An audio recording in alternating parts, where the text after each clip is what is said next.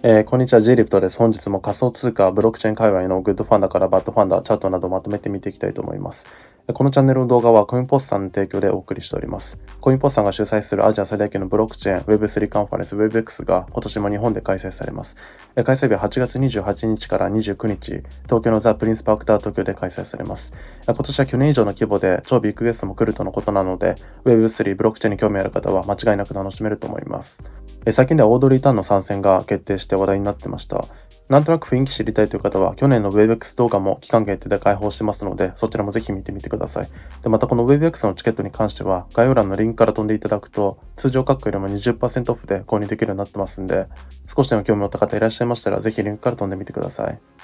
あと、ここから通常通り海外の状況を見ていきますと、昨日の米国のビットコイン現物 ETF のフローは、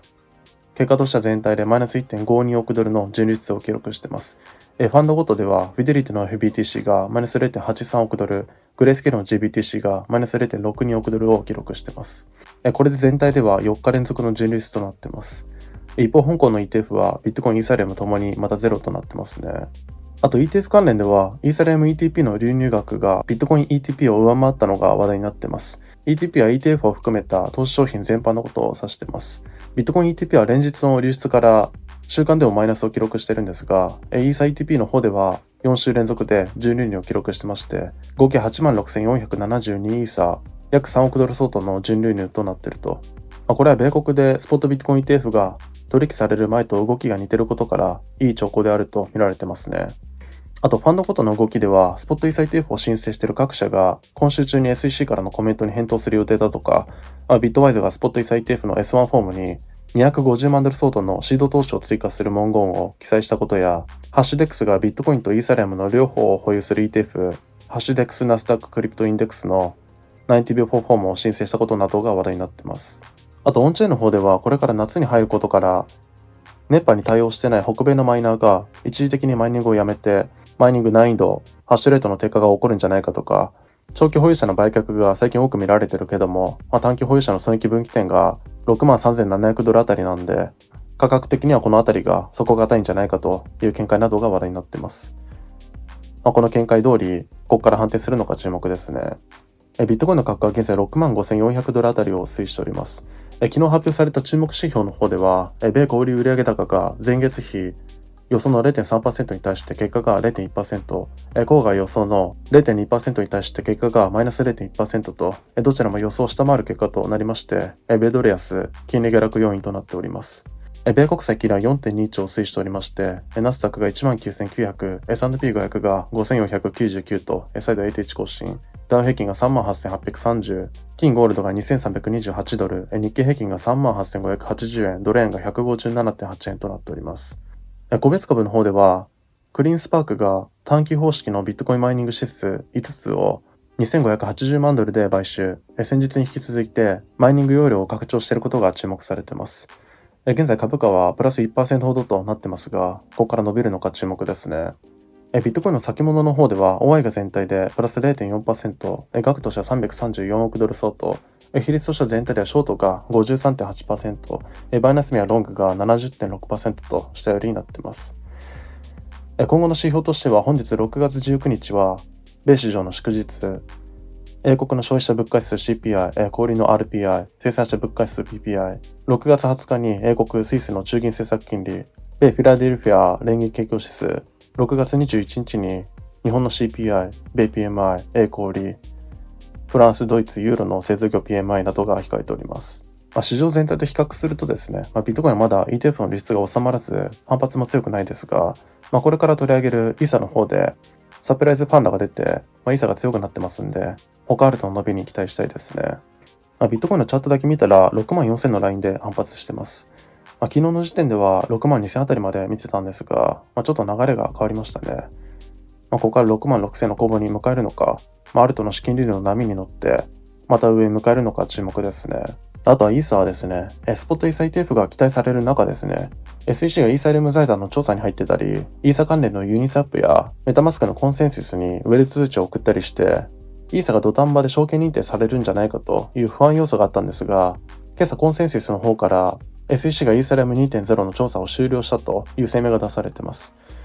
コンセンサスはですね、イーサリアムは生き残りましたと。本日イーサリアムの開発者、テクノロジープロバイダー、業界関係者にとって大きな勝利を発表できることを嬉しく思いますと、SEC の執行部門がイーサリアム 2.0 財団の調査を終了すると通知しましたと。これは SEC がイーサの販売が証券取引であると告訴しないことを意味しますと X に投稿しています。これで長らく懸念点とされていた、イーサが証券認定されることはなくなったということで、現在海外が盛り上がってまして、イーサを筆頭にですね、その他アルトに資金がまた入り直してます。イーサの価格は現在3530ドル、BTC 建ては 0.0545 と、昨日から急上昇しています。先物の方では、OI は全体でプラス 4.8%、額として154億ドル相当と急増しています。比率としては全体ではショートが 51.0%、マイナスミはロングが 72.3% と下寄りになっています。昨日まで上がる見込みがほとんどなくてですね、アルトもミームもかなりしぼんでたんですけども、ここでサプライズファンドとなってます。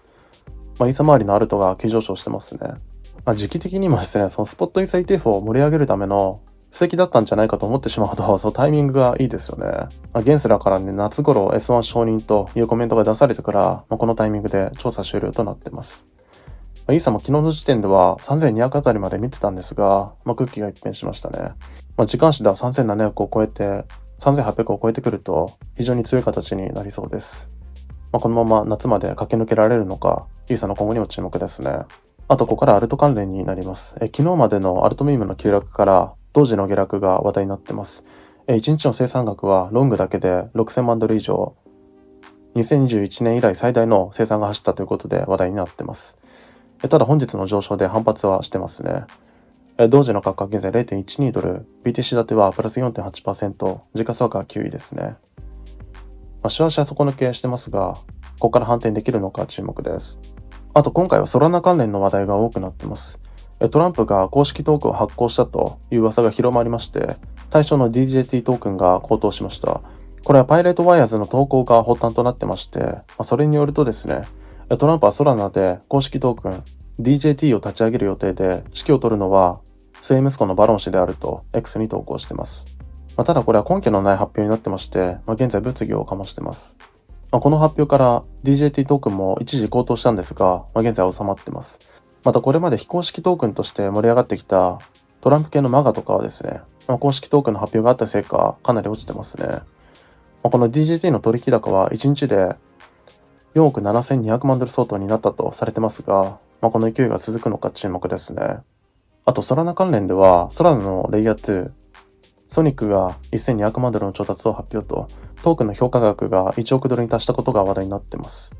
これもソラナの L2 ヒットとなるんでしょうかね。今後の展開に注目です。ソラナの価格は現在139ドル、BTC 建てはプラス 3.1%、時価総額は5位ですね。イーサの次はソラナ ETF なんて言われてますが、今回のファンダでまた上迎えるのか注目ですね。あとは先日上場を果たした ZK Sync、そのエアドロ対象者の上位1万アドレスのうちの 41.1% がエアドロ分を全て売却したのも話題になっています。そして 30.1% が一部を売却、エアドロップを全額保有しているのはわずか 28.8% とされています。エアドロ銘柄は即換金の流れは未だ変わってないようですね。ZK の価格は現在 0.22 ドル、時価総額は93位。今回の反発でまた上向いてますが、時価総額もう100位以内なんで、いろいろ抵抗が多そうな気もしますね。エアドロ勢の売り圧に耐えられるのか注目ですね。共感のところですが、何かありましたらコメントいただけるとありがたいです。よければチャンネル登録とグッドボタンよろしくお願いします。